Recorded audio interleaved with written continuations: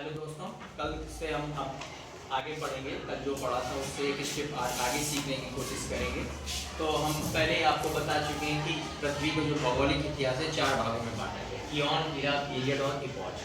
कल हम लोगों ने इयॉन के बारे में अच्छे से जान लिया था। तो इयॉन को भी कई पार्टों में बांटा गया है, उसको बोलते हैं इरा।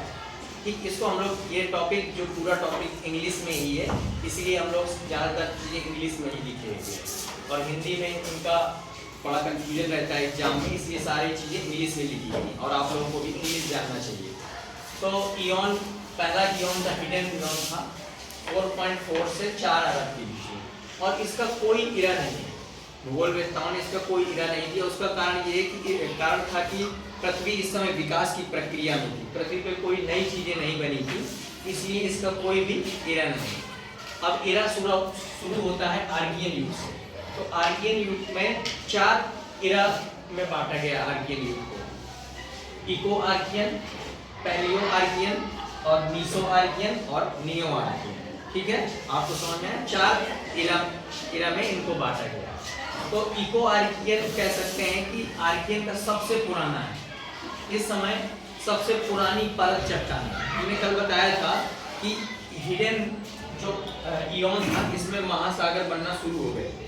तो जब महासागर बनना शुरू हो गए तो चट्टानें भी बनना शुरू हो गई, लेकिन ये सब गर्म थी। लेकिन तो हमको वैज्ञानिकों के अनुसार सबसे जो पुरानी परत चट्टान मिली है वो इको आर्कियन में मिली है। तो जब चट्टानें बन जाती हैं, महासागर बन जाते हैं, तो जीव की शुरुआत होना शुरू हो जाती है। तो सूक्ष्म जीवों की शुरुआत अगर आपको आर्कियन में भी अगर ये 4 ऑप्शन दे दे कि सूक्ष्म जीवों की शुरुआत किस इरा में हुई, तो वो पैलियो आर्कियन है। ठीक है, समझे आप लोग? तो सूक्ष्म जीवों की शुरुआत पैलियो आर्कियन में। ये बिना ऑक्सीजन वाले सूक्ष्म जीव थे, जिनको बिना ऑक्सीजन के भी ये जीवित रह सकते थे। और मीसो आर्कियन में प्लेट टेक्टोनिक की शुरुआत हुई, यानी कि महाद्वीप तो बन गया था, लेकिन ज़्यादातर जो पूरा महाद्वीप था वो एक था, जिसे हम पैंजिया बोलते हैं। तो वो पैंजिया धीरे धीरे टूटना शुरू होता है मीसो आर्कियन में। तो आप तो क्वेश्चन एग्जाम में आ सकता है कि किस इरा में प्लेट टेक्टोनिक की शुरुआत हुई थी। तो आर्कियन में शुरुआत हुई थी इयॉन में, और उसमें भी मीसो आर्कियन में प्लेट टेक्टोनिक की शुरुआत हुई। तो धीरे धीरे महाद्वीप बनने लगे, सारे महाद्वीप एक दूसरे से जुड़ जाने लगे। ठीक है, इसके बाद ये मोस्ट इंपॉर्टेंट क्वेश्चन एग्जाम में यहाँ से आता है कि आर्कियन युग में सबसे पहले जीवन की शुरुआत कहाँ से हुई।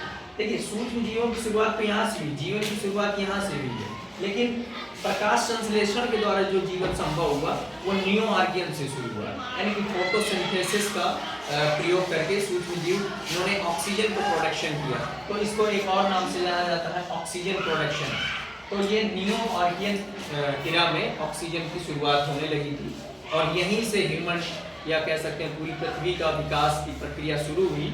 और एक चीज़ हम और जानते हैं, कल आपको नहीं बताया था इस चीज़ को, प्री कैम्ब्रियम और एक कैम्ब्रियन, 2 वर्ड ज्योग्राफी में इंपॉर्टेंट होते हैं। प्री कैम्ब्रियम, बड़ा कंफ्यूजन हम लोगों को रहता है कि कैम्ब्रियम क्या है। देखिए, प्री कैम्ब्रियन जो पृथ्वी का 88% भाग प्री कैम्ब्रियम में है, और कैम्ब्रियम प्री कैम्ब्रियन के अंतर्गत 3 इयॉन आते हैं, हिडन इयॉन, आर्कियन और प्रोटेरोजोइक। ये पूरे पृथ्वी के जीवन का 88% भाग प्री कैम्ब्रियन है। और इसके पहले क्या था जीवन, उसमें हमारा सौर मंडल का निर्माण होता है, पृथ्वी के निर्माण की प्रक्रिया थी, 8 ग्रह बनते हैं। तो आपको अगर एग्जाम में क्वेश्चन आए कि ये सौर मंडल का निर्माण किस काल में हुआ, तो आप ऑप्शन में लगाएंगे प्री कैम्ब्रियन से पहले।